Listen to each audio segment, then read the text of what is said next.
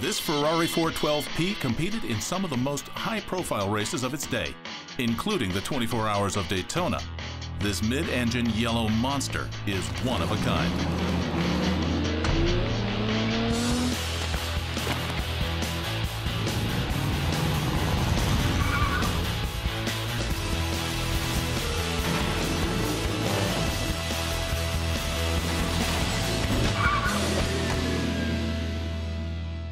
Competition brings out the best in artists who rise to the challenge.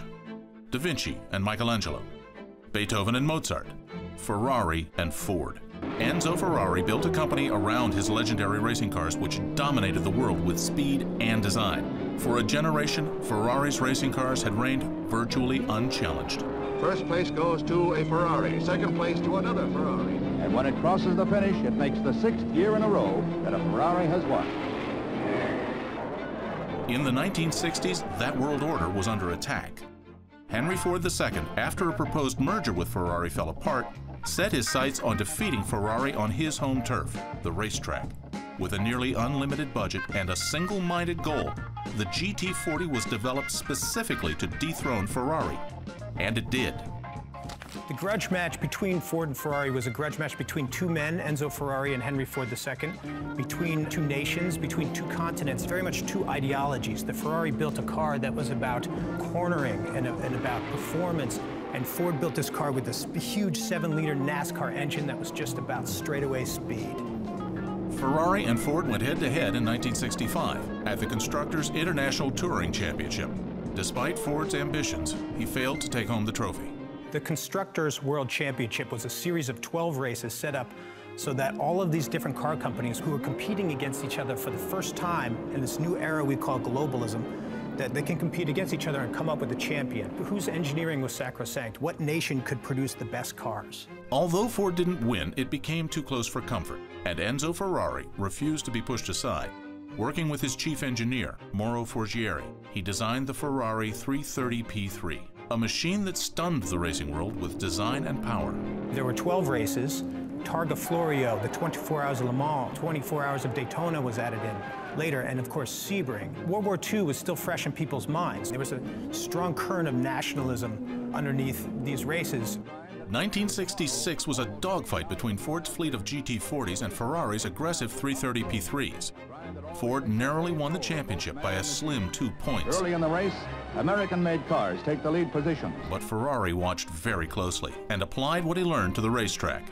As Ferrari feverishly fine-tuned the 330P3, he released 2 prototypes to private buyers, each with the body of the 330P3 and with the guts of the upcoming 330P4. These 2 prototypes were the only cars made of what would ultimately be known as the Ferrari 412P, and they helped start a revolution in automotive history. Something had to start the whole process, and this is the beginning of the new beautiful curves that Ferrari was offering.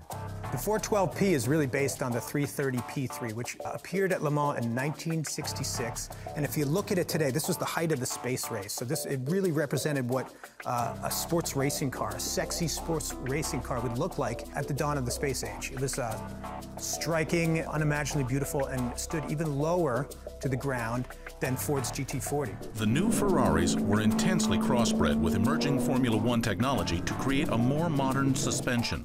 They developed racing curves that looked almost menacing on the track. It was a design to be feared in the rearview mirror. It's 420 horsepower and about 1,700 pounds, which makes it have incredible acceleration with a top speed of about 210 to 215 mile an hour, depending on the gearing. The main difference between the 330 and the 412 was an easier-to-handle 2-valve engine instead of 3. The 412 also had a slightly shortened wheelbase on the chassis. The engine in this car is the traditional Ferrari V12. It has dry sump lubrication, has the multiple 6 carburetors, has twin distributors. It also fires twin spark plugs per cylinder. The twin overhead cam version, just about 420 horsepower, made the car incredibly fast. The total weight on the car is about 1,700 pounds, so the weight to horsepower ratio was incredible. Harling's packed of Ferraris, Fords and Porsches scream into the first turn and under the Dunlop Bridge. In 1967, Ferrari's retooled 330P4 launched a speed assault on Ford's GT40s that the American automaker couldn't match. Although they traded places on the leaderboard all season, Ferrari won back the prototype's world title in a triumphant return to the stage. But the victory was bittersweet. Later that year, the rules of the competition were changed, banning all cars with larger than 3-liter engines. Disgusted that he couldn't use his greatest creations, Enzo Ferrari withdrew from competitive racing for a year. When you drive a Ferrari like this, it feels like a go-kart. It feels like you're literally sitting on the ground and you're always having to look upwards. The acceleration is just, it's blindingly fast. Everything comes up so much quicker. Put the throttle down and you start going through the gears. Mileage just burns up. Although the racing life of this incredible machine was coming to a close, its star was still on the rise. Soon it would have a second life, with the son of one of the biggest stars in Hollywood behind the wheel.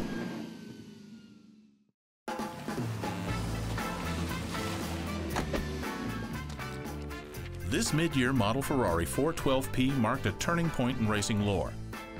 It marked the dawn of a new era in Ferrari design and remains one of the most iconic cars in its long history.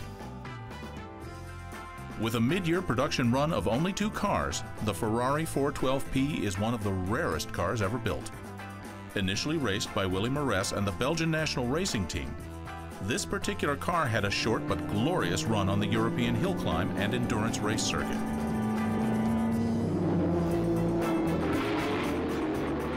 But when the rules changed, preventing cars with more than a 3-liter engine from competing, its future went from bright to uncertain. What happened next was an unexpected reprieve from over 5,000 miles away. This revolutionary design had caught the eye of one of Hollywood's most famous families. Dino Martin, the son of legendary singer and actor Dean Martin, refused to settle for a Ferrari that anyone could buy. With the help of Lee Brown, a famous restorer, Dino purchased the vehicle and had it shipped from Europe. In 1967, when this P412 was being raced in Europe, Dino Martin in the United States was looking for the next version, which was a P4. The Ferrari factory wouldn't allow him to purchase a P4, so he went to look for an older version, which would be the P412. He ended up purchasing this car after a racing history in Europe and converting it to a street car in Hollywood and driving it as his car on the streets of Hollywood. The Ferrari needed a significant amount of bodywork. When this was coming across on a ship haul from Europe, that some ship worker walked across the top of the car, not knowing it was aluminum body, and completely crushed the top panel of the car. So instead of Dino fixing it so it had a hard top, he decided to turn it into a Targa version. The engine needed retooling, focusing on the carburetor, ignition, and cooling system to make the 412P street legal, or even drivable. 4 glass pack mufflers were added to the exhaust system. Street legal headlights and taillights were retrofitted to the 412P's sleek racing body, and the interior was reupholstered for comfort. Even on the streets of Los Angeles, where exotic cars were around every corner, Dino Martin's Ferrari 412P was turning heads. To me, it embodies so many of the great characteristics of the Ferrari lineage. It's got incredible styling, beautiful curves, doesn't have a bad view angle. It's got incredible sound coming out of the V12 engine and just says everything that is great about a Ferrari.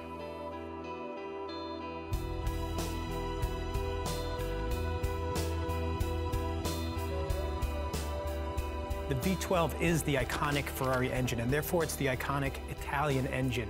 Enzo Ferrari and his engineers created this famous engine after World War II. They had no money, they had no materials, and they created this engine with cylinders as thin as pennies. And it was the song of this engine that remains with us.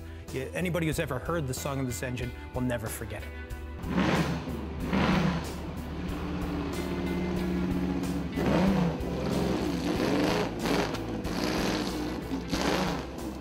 The incredible sound that the small exhaust pipes make, along with the Ferrari V12s, tend to have a lot higher RPM range, so they sound like they're screaming. This Ferrari 412P went through a number of famous owners, including actor James Coburn and studio mogul John Calley, before being restored to its original racing configuration. Even to this day, when you think of a classic Ferrari, it is likely the 412P that springs to mind.